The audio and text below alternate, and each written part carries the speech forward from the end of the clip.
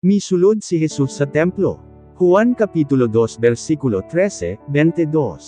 Hapit na ang pista sa mga Hudyo nga gituwag nga pista sa paglabay sa anghel. Busa miadto si Jesus sa Jerusalem.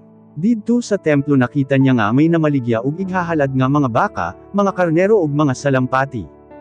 Aduna usay mga tawo didto nga nagapangilas og kwarta diha sa ilang mga lamesa. Busa naghimo siya og latigo nga pisi. Ug anya gipang abog niya ang mga karnero ug mga baka ngadto sa gawas sa templo. Gilabay niya ang mga kwarta sa mga nangilas og kwarta ug gipanglintuad usab ang ilang mga lamesa. Mingon siya sa mga nagbaligya og salampati, kuha akini dinhi. Ayaw ninyo himo ang baligyaanan ang balay sa akong amahan.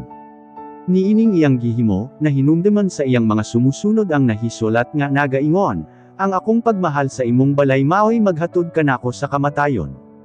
Tungod sa iyang gihimo, gipangutana siya sa mga tigdamala sa mga Hudyo, ansa nga milagro ang imong ikapakita kanamo sa pagpamatuod nga ikaw may gahom sa paghimo niini. Gitubag sila ni Jesus, gub-an ninyo kining templo ug sulod sa tulo ka adlaw tukuron ko kini pag-usab. Mingon sila, gitukod kini nga templo sulod sa 46 ka tuig ug tukuron mo pag-usab sulod lang sa tulo ka adlaw. Apan ang gihisgutan ni Jesus nga templo mao ang iyang lawas.